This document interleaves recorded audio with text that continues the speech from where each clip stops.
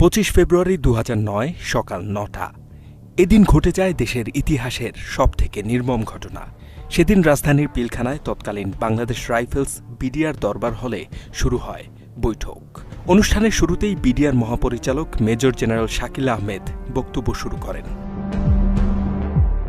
বক্তব্যের এক পর্যায়ে কিছু বুঝে ওঠার আগেই বিডিআরের কিছু বিপদগামী সদস্য অতর্কিত হামলা চালায় দরবার হলে। পদভ্রষ্ট সদস্যদের সেদিনের ওই হামলায় ৫৭ জন সেনা কর্মকর্তা সহ নিহত হন ৭৪ জন। তবে ঘটনাটি ছিল পূর্ব পরিকল্পিত। ২০০৮ সাল থেকেই পরিকল্পনার শুরু। ঘটনার দিন কিছু দাবি নিয়ে বিদ্রোহ শুরু করে বিডিআর সদস্যরা। এ সুযোগে সে সময় আওয়ামী লীগ সরকার তাদের কাজে লাগিয়ে নিজেদের ফায়দা লুটতে এবং ৫৭ চৌকস সেনা অফিসারকে নির্মমভাবে হত্যা করেছে।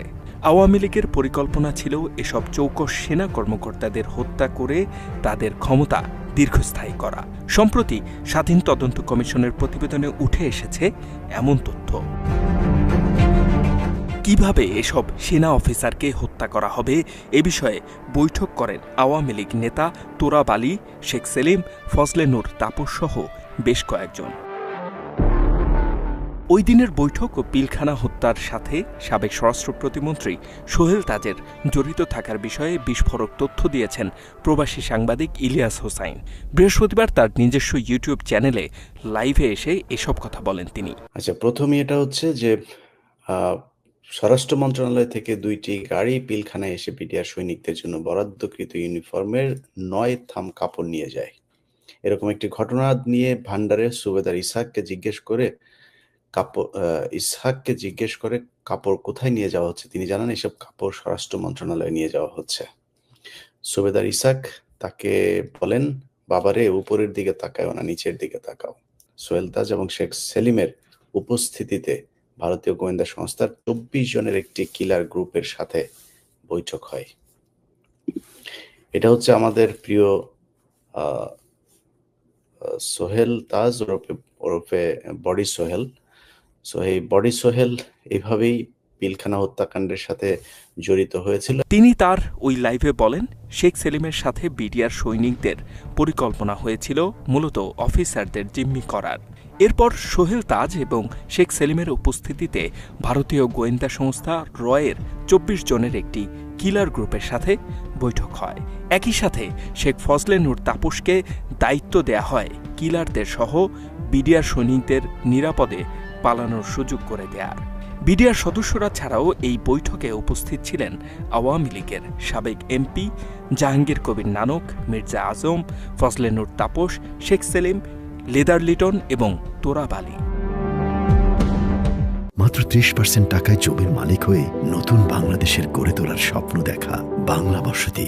সাংবাদিক ইলিয়াস বলেন, ২০০৯ সালে ফেব্রুয়ারি মাসের প্রথম দিকে স্বরাষ্ট্র মন্ত্রণালয় থেকে ২টি গাড়ি পিলখানায় এসে বিডিআর সৈনিকদের জন্য বরাদ্দকৃত ইউনিফর্মের ৯টি থান কাপড় নিয়ে যায়। এর আগে সকালে ২টি গাড়ি ভান্ডারের গেইটে এসে হর্ন দেয় এবং দায়িত্বরত সিপাহীকে গেট খুলে দিতে বলে। তাদের পরিচয় জানতে চাইলে তারা বলেন তারা স্বরাষ্ট্র মন্ত্রণালয় থেকে এসেছে। এরপর গাড়ি থেকে ২ জন বেসামরিক অফিসার নেমে ভান্ডারে কর্তব্যরত অফিসারের সাথে কথা বলেন। এরপর সুবেদার ইসহাক ভান্ডার খুলে নতুন ইউনিফর্মের জন্য ৯টি থান কাপড় তাদের হাতে তুলে দেন। তিনি জানান, ভান্ডারে রাখা কাপড় প্যারেডের জন্য নিয়ে আসা হয়েছিল। এমনকি তখনও ওই কাপড় সৈনিকদের জন্য ইস্যু করা হয়নি। তবে এরকম নজিরবিহীন ঘটনা শুনে বিস্ময় প্রকাশ করেন ভান্ডারের দায়িত্বে থাকা আরেক সদস্য হাবিলদার জসিম। এমনকি ওই কাপড় কোথায় নেওয়া হচ্ছে সেটি সুবেদার ইসহাকের কাছে জানতেও চান তিনি। জবাবে ইসহাক বলেন, কাপড়গুলো স্বরাষ্ট্র মন্ত্রণালয়ে নেওয়া হচ্ছে। তারা বিডিআরের ইউনিফর্ম পরে প্যারেড দেখতে আসবেন। এছাড়া জসিমকে উপরের দিকে নয়, নিচের দিকে তাকানোর পরামর্শ দেন সুবেদার ইসহাক। ইলিয়াস তার ওই লাইভে আরও জানান, ১৭ ফেব্রুয়ারি নিজের জন্য ইউনিফর্ম বানাতে পিলখানা থেকে দর্জিকে নিয়ে যান সোহেল তাজ। দিয়েছেন শরীরের মাপও। এমনকি ইউনিফর্ম বানানোর জন্য সদর রাইফেল ব্যাটালিয়নের মেজর মোস্তাকেও নির্দেশ দেন তিনি। ইউনিফর্মের কাজে বিডিআর হত্যাকাণ্ডে গুরুত্বপূর্ণ ভূমিকা পালনকারী ডিএডি তৌহিদ আকাশকে নিজের অফিসে নিয়ে যান সোহেল। এর কিছুদিন পরেই তার কাছে ইউনিফর্ম পৌঁছে দেন ডিএডি তৌহিদ। তবে ওই ইউনিফর্মে কোনো র্যাঙ্ক লাগানো হয়নি, ছিল শুধু ডিপ সাইন। এমন অভূতপূর্ব ঘটনা অন্যান্য অফিসাররা জানতে পারলে তাদের মধ্যে ব্যাপক কৌতূহল জন্ম দেয়। পরে তারা আগ্রহ নিয়ে ইউনিফর্মটি দেখেন।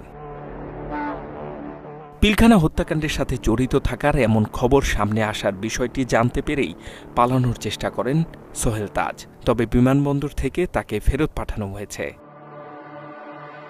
H M Ataullah, Bangla addition.